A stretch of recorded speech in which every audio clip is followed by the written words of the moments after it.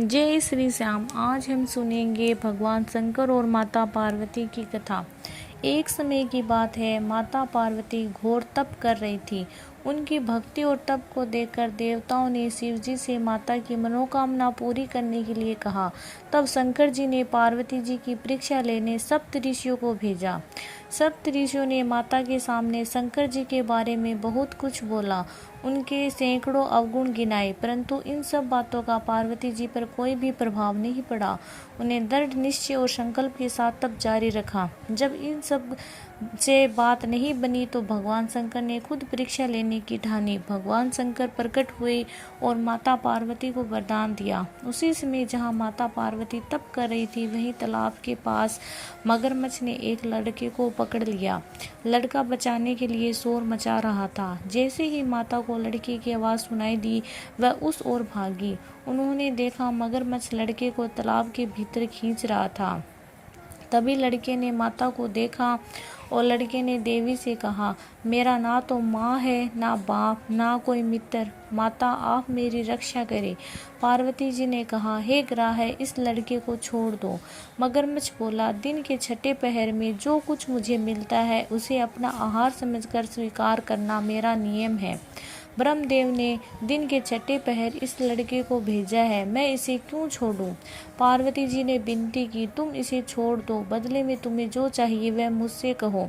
मगरमच्छ बोला, एक ही शर्त पर मैं इसे छोड़ सकता हूँ। आपने तप करके महादेव से जो वरदान लिया, यदि उस तप का फल मुझे दे दोगी तो मैं इसे छोड़ दूंगा। पार्वती जी तैयार हो गई। उन्होंने कहा, मैंने अपने तप का फल तुम्हें देने को तैयार हूँ, लेकिन तुम इस बालक को छोड़ दो।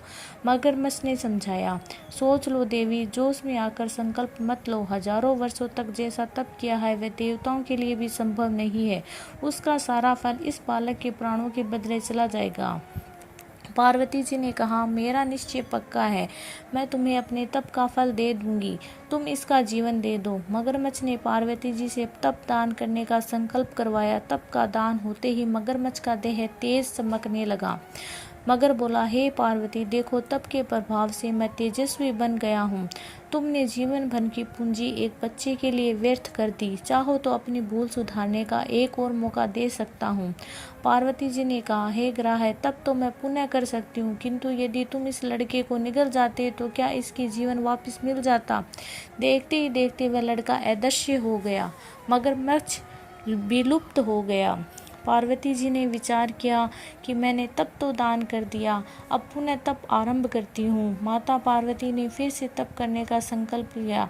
ये देखकर भगवान शिव फिर से प्रकट हुए और उन्होंने पूछा कि देवी, अब आप क्या कर रही हो? तब माता ने कहा, मैंने अपने तप का दान कर दिया, तो अब आपको अपने पति रूप में पाने के लिए मैं फिर से तप करूंगी। जब महादेव ने कहा, उस बालक और मगरमच्छ के रूप में मैं ही था, आपने अपने तप का दान मुझे ही किया है, मैं तो बस तुम्हारी परीक्षा ले रहा था, तुम्हारा चित्त प्राणी मात्र में सुख दुख का अनुभव करता है या नहीं, इसलिए अभी तुम्हें पुनः तप करने की आवश्यकता नहीं है।